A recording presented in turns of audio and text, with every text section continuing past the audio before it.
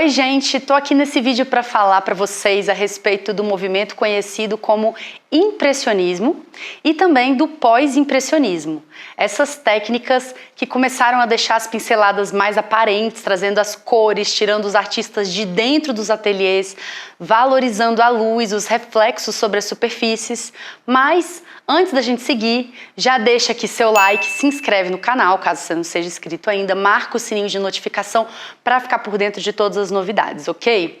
Bom, gente, há aproximadamente uma década depois do início do realismo, surge o impressionismo na França ali por volta de 1870. E é importante vocês entenderem que tem um contexto nisso tudo, que é a Revolução Industrial, que também se deu um pouco depois da Revolução Francesa. A Revolução Francesa foi uma ruptura absurdamente radical com tudo que vinha acontecendo até então. O rei é retirado do poder, é guilhotinado, o povo deixa de se submeter ao rei ou à igreja e o trabalho surge num lugar de empoderamento com o pensamento liberal. Claro que o trabalho também oprime diversos grupos que são explorados e escravizados de outras formas. E é nesse contexto que os artistas começam também a assumir um lugar de expressão das suas individualidades inédito. Ali nessa altura já surgiu a fotografia, então a pintura precisa encontrar outras funções além do puro retratar, no sentido de registro. E bom, tudo começou quando um grupinho de artistas decidiu se reunir em uma exposição independente no estúdio do fotógrafo Nadar, lá em Paris, que era a capital artística no momento. A obra que mais se destacou nessa exposição foi Impressão, Nascer do Sol, de Claude Monet, porque ela trazia as características que eram predominantes nesse movimento como um todo, que era essa forma de perceber a luz refletida sobre as superfícies, com pinceladas rápidas para poder captar o momento, já que a luz ao ar livre está sempre mudando. A obra de Monet representa um porto coberto por uma névoa, mostrando sombras, luzes e reflexos no nascer do sol, da forma mais crua que o olhar do artista poderia captar ali do momento, para além de toda a idealização técnica que se costumava utilizar até então na arte. O nome impressionismo veio de críticas. Eles estavam literalmente zoando com o que os artistas estavam fazendo, dizendo que eles tinham a impressão de que aquilo era arte.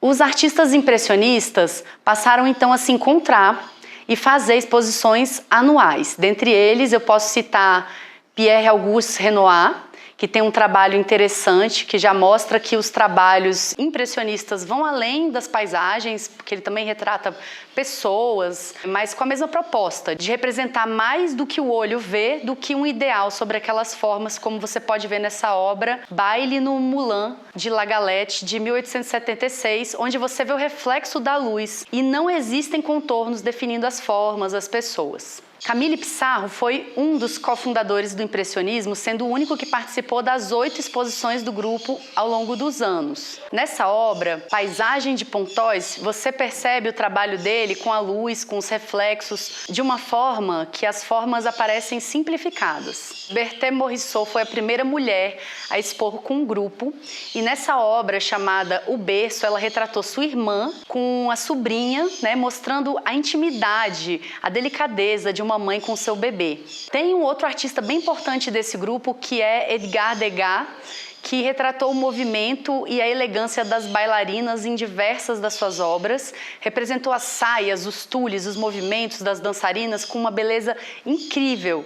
E esse estilo favoreceu essa expressão do movimento que não tem definição. Edouard Manet pintou, dentre muitas outras, Almoço na Relva, que causou polêmica pela nudez e pelo estilo.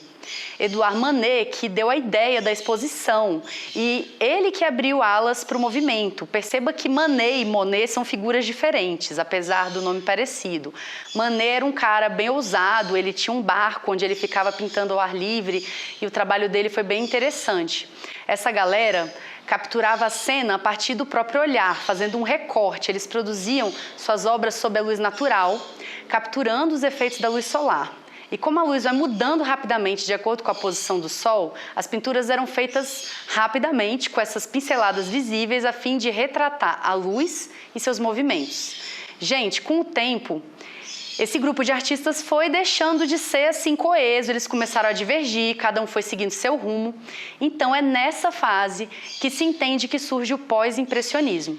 O pós-impressionismo é compreendido como um movimento onde uma das principais características dos artistas era uma solitude ou uma solidão. Os artistas não se identificavam entre eles, cada um seguiu o seu próprio percurso. Eles se inspiram no impressionismo, ao mesmo tempo em que também confrontam. Alguns historiadores não trabalham com a ideia de pós-impressionismo.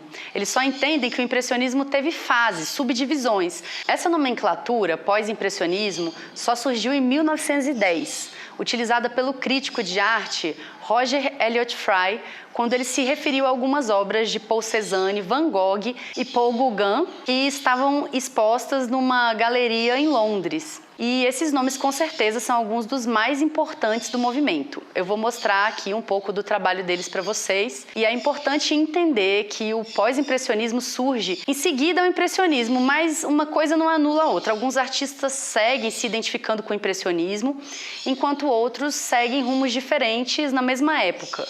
O pós-impressionismo valorizava, então, a expressão de um lado subjetivo, humano, emocional, sentimental. Daí surge um novo espírito que se distanciava do impressionismo, na medida em que não se buscava somente os elementos técnicos, os estudos da luz natural dos objetos, como fizeram seus antecessores. Mas assim, muitos artistas do pós-impressionismo fizeram parte do impressionismo, pois o novo movimento pode ser considerado uma extensão ou desenvolvimento maior da escola impressionista, certo? Então vamos aos artistas. Eu vou começar falando aqui do Paul Cézanne, que trabalhou com grande rigor geométrico e acabou inclusive criando uma ponte entre o pós-impressionismo e o cubismo.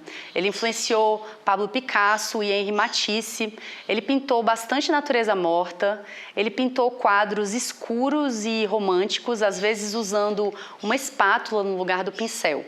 No início dos anos 70, influenciado por Pissarro, ele começou a trabalhar ao ar livre e foi clareando gradativamente a sua paleta de cores. Van Gogh também é considerado um pós-impressionista.